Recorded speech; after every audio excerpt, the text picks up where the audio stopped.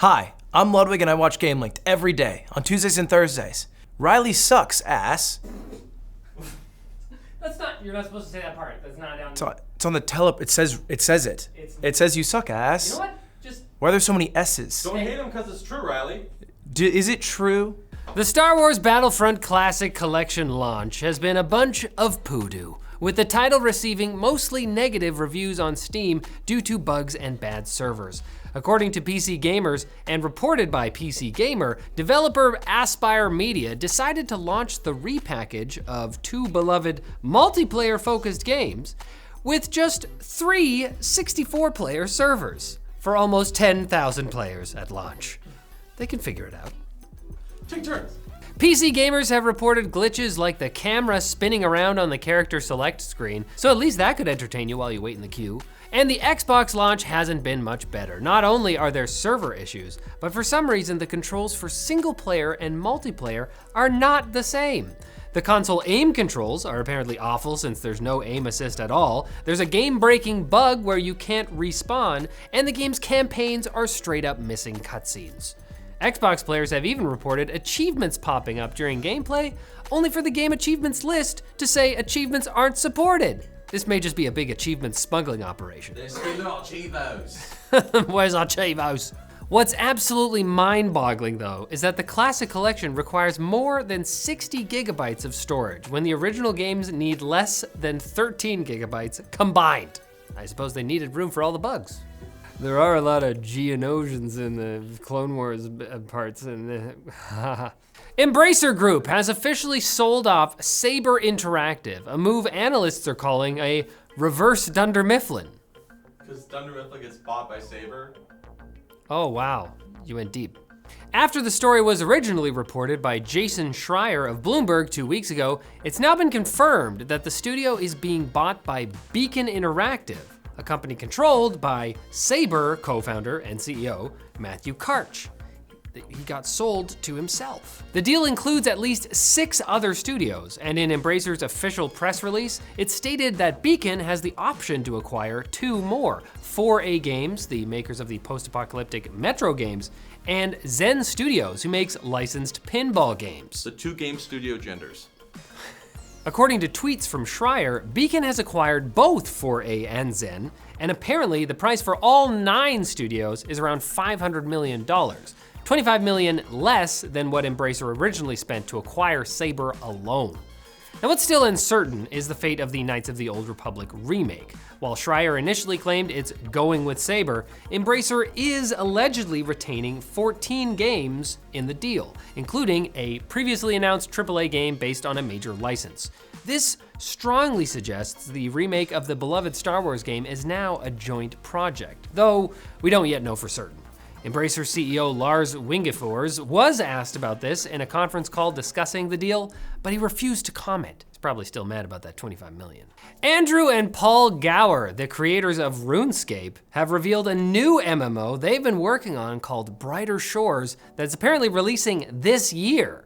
Andrew is the lead designer and Paul is the narrative designer of the game, which they've been working on for about 10 years, in secret. The brothers left Jagex, the company they founded, in 2010 after spending more than a decade working on RuneScape. As such, it's not super surprising that Brighter Shores looks a lot like RuneScape.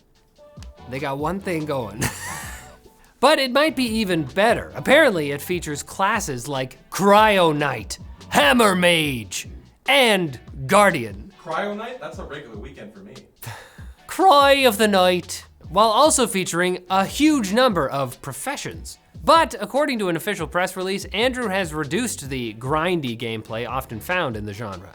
Now that may set it apart from RuneScape, seeing as I know an avid player of that game, and he built a machine to auto-click his mouse so he could grind while sleeping.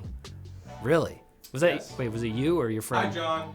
Oh boy. Brighter Shores will launch on Steam with new content released in an episodic format. It will be free to play, but players can buy a premium pass for access to all released episodes and other benefits, like the ability to fall asleep without being serenaded by the mouse click sonata. Bossa Nova, maybe. Jacob, you got a little song for us? Well, actually I do. iFixit! Now it's time for Quick Bits, brought to you by iFixit, that brand that helps you fix it. And by it, we mean your broken gear. For larger life issues, please seek professional help. Check out the iFixit Gamer Bundle, which includes a Manta driver kit, a fixed mat, thermal paste, a spudger pack, and more. US customers can also get $10 off just by subscribing to their email list. Check out iFixit using the link below and give your busted gaming gear a new lease on life. And maybe see a therapist. I'd just like to address this rumor going around that I suck ass. I don't know where that came from, and it's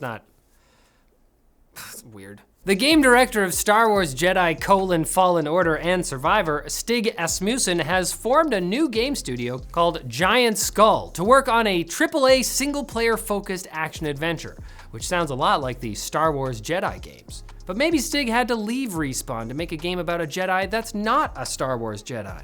Perhaps a Wild West Jedi, or a normal world Jedi. Oops, all Jedi's world Jedi. Oops, all Jedis. I joke, but I am really excited for whatever Mr. Asmussen's working on, for the next Star Wars Jedi game, and for all the potential spin-offs. Star Wars Wookiee, Star Wars Death Star, Star Wars Ewok, that one will make you cry. The gaming industry needs GTA 6 to succeed, according to analyst Matt Piscatella. He says that game spending could decrease by more than 10% this year, with 2% being the most optimistic outlook. However, Piscatella hopes that GTA 6's launch next year will bring a renewed batch of interest to the industry, saying there's probably never been a more important thing to ever release in the industry, so no pressure. Yeah, Rockstar, don't worry, it's just a whole industry depending on you. Is it hot in here? I feel so hot. Gameloft Montreal is working on a game based in Dungeons & Dragons Forgotten Realms setting, with gameplay that will be a hybrid of survival, life simulation, and action RPG with cooperative multiplayer. Now that might sound very exciting, seeing as the last high-profile game set in the Forgotten Realms was Baldur's Gate 3, and we liked that one. It might be worth tempering your expectations, however. Gameloft Montreal is best known for LEGO Star Wars Castaway, which is an Apple arcade game, and Disney Dreamlight Valley, which is basically Disney's answer to Animal Crossing, which is apparently very popular. I had no idea. That's not necessarily a bad thing. Who's to say that the Forgotten Realms can't be cozy? Find a beholder, build him a comfy little den, maybe buy him a goldfish, and get violently disintegrated when it dies.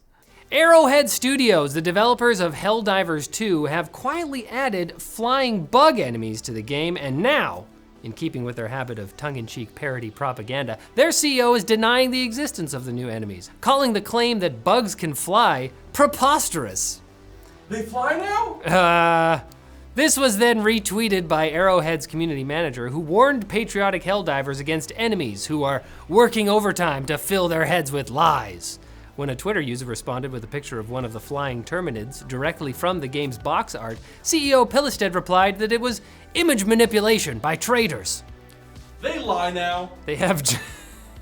Sure, you might think you saw a member of your squad carried away by a half-ton beetle looking to lay eggs in his chest cavity, but if you know what's good for you, no, you didn't. And some Tekken 8 players on PC are apparently modifying the game files to make certain costume items big enough to take up half the screen in online matches. The tactic obscures their character and makes it next to impossible for opponents to block their moves. Longtime series director Katsuhiro Harada said such cheaters will be banned in response to footage of a young woman being obliterated by a large pink hat.